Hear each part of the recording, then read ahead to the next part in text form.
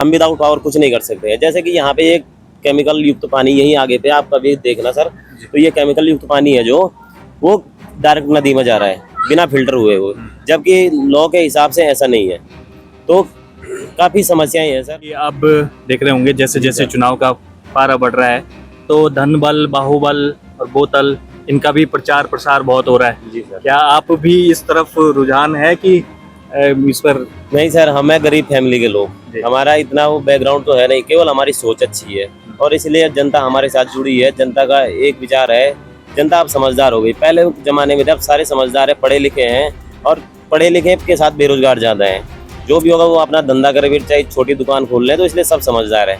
वो इस बार पैसों में नहीं बिकेंगे, पैसों या शराब किसी में भी नहीं बिकेंगे। सबसे पहले रोजगार, यहाँ पे रोजगार है और पानी, क्योंकि ये बेसिक नीड्स है सर। अगर पैसा होगा तभी आदमी खाएगा।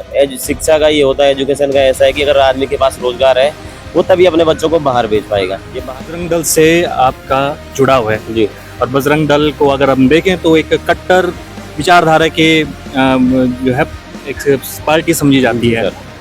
उस पार्टी से निकलकर आप अब क्षेत्रीय मुद्दों को उठा रहे हैं, तो क्या उसी जोरदार तरीके से आप क्षेत्रीय मुद्दों को उठाएंगे या फिर यहाँ पर पद मिलने के बाद सुस्त पड़ जाएंगे? संगठन काफी ऊपर तक है। विश्व हिंदू परिषद बहुत बड़ी शाखा, सहयोग मिल रहा है जी सर, उनका भरपूर सहयोग है। उन्होंने अभी कहा है कि आगे हम काम करेंगे, क्योंकि उन्होंने आज तक सब अच्छे ही काम करवाए हैं कहीं भी हो। जैसा कि उन्होंने मुझे बताया, जो भी काम होंगे आप हमें बताना, हम आपके विभाग से करवाएंगे बात, लेकिन काम होने चाहिए सही। ऐसा नहीं कि हम कुछ भी काम बोल रहे हैं और वो करवाने का। उन्होंने बोला जो समाज के प्रति अच्छे काम हो वो करवाएंगे।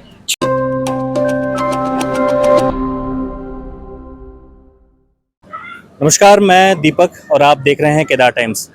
अभी हम हैं घोलतीर में और पूरे राज्य भर में पंचायत जो चुनाव हैं उसको लेकर तमाम तैयारियां चल रही हैं। एक मेले जैसा माहौल बना हुआ है गांव भर में, क्षेत्र भर में, और उन्हीं चीज़ों को कवर करने के लिए आज हम घोलतीर में आए हैं, जहां पर हमें मिले हैं सतीश राणा। सतीश राणा घोलतीर से मवाना क्षेत्र से क्षेत्र पंचायत सदस्य के रूप में उठे हुए हैं और इस बार वो भी चुनावी मैदान में। जरा उनसे बातचीत करते हैं और जानते हैं कि क्या कुछ क्षेत्र के मुद्दे हैं जिनको लेकर ये उठे हैं। और सबसे पहले आप अगर देखेंगे इनको तो यह भी एक युवा है और ये जो चुनाव हो रहा है पंचायती चुनाव, इसकी सबसे बड़ी खासियत यह है कि सबसे ज़्यादा युवा चेहरे इस बार चुनावी मैदान में। तो सबसे पहले स्वागत है सतीश राणा जी आपका। प्रणाम। सबसे पहले केदार टाइम्स का धन्यवाद सर। अभी यहाँ पे मेरा नाम है सतीश राणा, मैं मवाना वार्ड से क्षेत्र पंचायत सदस्य की दावेदारी कर रहा हूँ। हमारे यहाँ पे उठने का कारण ये है कि यहाँ पे रोजगार और पानी की सुविधा नहीं है। यहाँ पे ये आप पीछे देख सकते हो, ये RVNL का काम चल रहा है। यहाँ पे सबको रोजगार मिला, मतलब केवल कुछ को रोजगार मिला है, लेकिन जिनको ज़रूरत थी उन्हें रोजगार नहीं मिला है।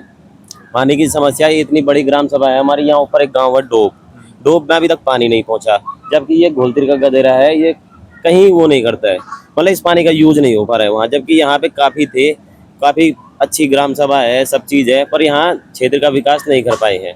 इसीलिए मेरा उठने का कारण। और सबसे पहली बात कि यहाँ पे जब हमने ये शुरुआत इसलिए करी थी, राजनीति की नहीं, मैं बजरंग दल से भी जुड़ा हूँ, तो हमारा काम है कि समाज सेवा करना। तो यहाँ पे अभी ये RVNL की जो है ये मतलब थर्ड पार्टी है, मेगा कंपनी, तो इन्होंने यहाँ पे काफ़ी पॉल्यूशन करा है। अब हमारे पास पावर तो है नहीं, हम विदाउट पावर कुछ नहीं कर सकते हैं। जैसे कि यहाँ पे एक केमिकल युक्त पानी यहीं आगे पे आप कभी देखना सर, तो ये केमिकल युक्त पानी है जो वो डायरेक्ट नदी में जा रहा है बिना फिल्टर हुए वो, जबकि लॉ के हिसाब से ऐसा नहीं है। तो काफ़ी समस्याएं हैं सर। सबसे पहले देखिए, आपने ये तमाम बातें रखी, ठीक है, लेकिन सतीश राणा असल में है कौन, क्या उनका बैकग्राउंड है और किस तरह से वे अभी, क्योंकि चुनावी मैदान में है, तो कैसे आप इस राजनीतिक मैदान में उतरे हैं? तो पहले अपने बैकग्राउंड पर थोड़ा बता दीजिए। सर मैंने MA सोशोलॉजी से किया है श्रीनगर से जी। उसके बाद पढ़ाई काफ़ी करी है, फिर कोचिंग भी करी मैंने। उसके बाद ऐसा होता कि जॉब निकल भी नहीं रही है, तो फिर ट्राई करा था, नहीं हुआ। प्लस एक चीज़ ये था कि हमने यहाँ पे रोजगार के लिए हड़ताल करी थी, तो काफ़ी बेरोजगार लोग थे जिन्हें हड़ताल का फ़ायदा नहीं हुआ। यहाँ पे कंपनी अपनी मनमानी कर रही थी, कंपनी ने किसी लोकल बंदे को जॉब पे नहीं लगाया, कंपनी ने डायरेक्ट बाहर से बुलाए वर्कर। हमने कंपनी तक जब हड़ताल करी थी तो हमने ये बोला था कंपनी को कि कृपया करके 1 महीने इन्हें ट्रेनिंग पे दे दो, बिना बिना भत्ते के। 1 महीने ट्रेनिंग कराओ, ट्रेनिंग के बाद आप वो कर सकते हो, फिर इन्हें जॉब दे दो। कंपनी ने मना करा। एक दूसरा मुद्दा ये था हमारा कि यहाँ पे 2 शिफ्ट में 12 घंटे की जॉब चल रही है, हर टाइम ओटी हो रहा है। 4 घंटे का ओटी होता है, जबकि 8 घंटे की मिनिमम ड्यूटी है।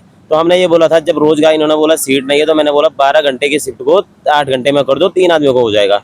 जहाँ एक बंदे को 20,000 रोज 30,000 नौकरी मिल 30,000 रुपये से तनख्वाह है उसकी, तो मैंने बोला वो 30 और 60 24 घंटे की 60,000 वो 3 आदमियों में डिवाइड हो जाएगी, उससे किसी का घर तो चल सकता था। ऐसा सर।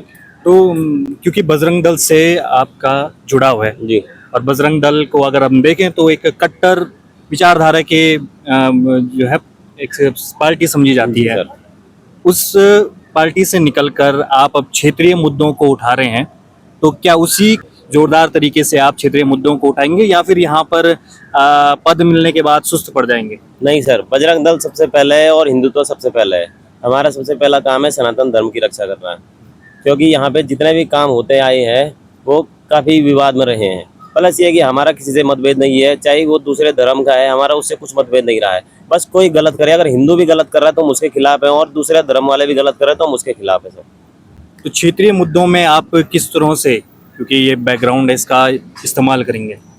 सर क्षेत्र ऐसा है कि संगठन काफ़ी ऊपर तक है, विश्व हिंदू परिषद बहुत बड़ी शाखा, सहयोग मिल रहा है जी उनका? सर, उनका भरपूर सहयोग है। उन्होंने अभी कहा है कि आगे हम काम करेंगे, क्योंकि उन्होंने आज तक सब अच्छे ही काम करवाए हैं कहीं भी हो। जैसा कि उन्होंने मुझे बताया, जो भी काम होंगे आप हमें बताना, हम आपके विभाग से करवाएंगे बात, लेकिन काम होने चाहिए सही। ऐसा नहीं कि हम कुछ भी काम बोल रहे हैं और वो करवाने का। उन्होंने बोला जो समाज के प्रति अच्छे काम हो वो करवाएंगे। क्षेत्रीय मुद्दे क्योंकि अलग होते हैं, जी सर। ये तो अलग मुद्दे हैं, जी। क्षेत्रीय मुद्दे अलग हैं। जी तो क्षेत्रीय मुद्दों में आपको कौन ऐसे कार्य लग रहे हैं कि यार इस पर सबसे पहले हमें कार्य करने की जरूरत सर, क्षेत्रीय मुद्दे में सबसे पहले रोजगार। है? रोजगार। यहाँ पे रोजगार है और पानी, क्योंकि ये बेसिक नीड्स है सर। अगर पैसा होगा तभी आदमी खाएगा।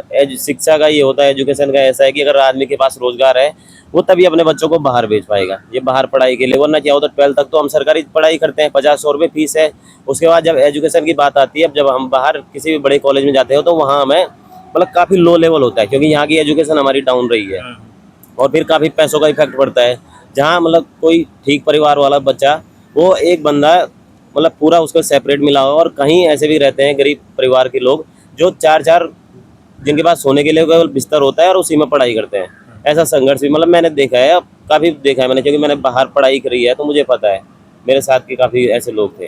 क्योंकि अब कुछ ही दिन बचे हैं, जी आप सर। देखेंगे चुनाव चिन्ह मिल जाएंगे कुछ दिन बाद, और उसके बाद थोड़ा सा ही वक्त मिलेगा प्रचार प्रसार में। तो क्षेत्र में किस तरह से अभी माहौल देख रहे हैं?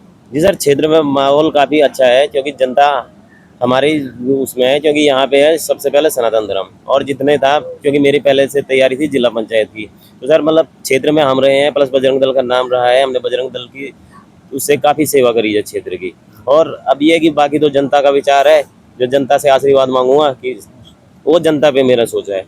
बाकी मुझे जनता पे पूरा विश्वास है, क्षेत्रीय जनता पे। अच्छा, आपका जो क्षेत्र है इसमें कितने ग्राम आते हैं और कितनी इसकी वोटर? सर इसमें हमारे आते हैं 300 ग्राम, सॉरी सर 3 ग्राम सभाएं आती 3 हैं। ग्राम। एक ये आती है मवाड़ा, हाँ। एक आती है कलना, और एक आती है गडोरा। अच्छा, जी सर। और टोटल वोटर्स कितने टोटल होंगे? सर वोटर में भी 2600।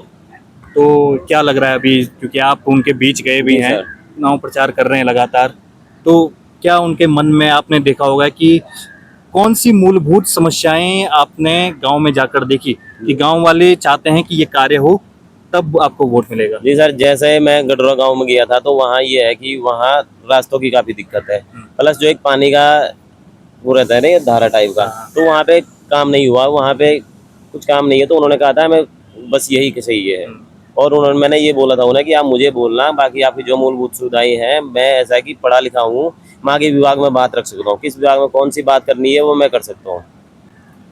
और क्योंकि अब देख रहे होंगे जैसे जैसे चुनाव का पारा बढ़ रहा है, तो धन बल, बाहुबल और बोतल, इनका भी प्रचार प्रसार बहुत हो रहा है। जी सर। क्या आप भी इस तरफ रुझान है कि इस पर? नहीं सर, हमें गरीब फैमिली के लोग, जी। हमारा इतना वो बैकग्राउंड तो है नहीं, केवल हमारी सोच अच्छी है, और इसलिए जनता हमारे साथ जुड़ी है। जनता का एक विचार है, जनता अब समझदार हो गई। पहले ज़माने में थे, अब सारे समझदार है, पढ़े लिखे हैं, और पढ़े लिखे के साथ बेरोजगार ज़्यादा हैं।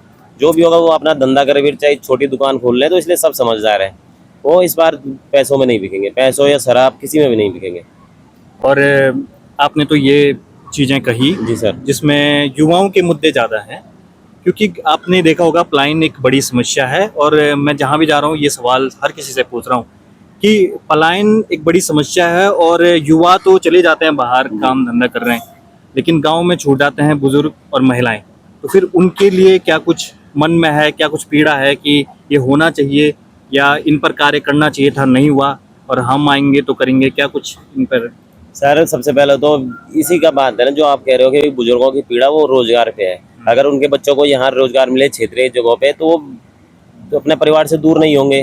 प्लस दूसरी बात, एक चीज़ अभी मैंने देखी कि काफ़ी ऐसे परिवार में बुजुर्ग आदमी हैं जिनके मतलब मजबूरी या कुछ भी है, अच्छी जॉब है, वो बाहर गए हुए हैं, तो कोई राशन कार्ड ले जैसा, तो अब उन्होंने ऑनलाइन कर दिया है राशन कार्ड का।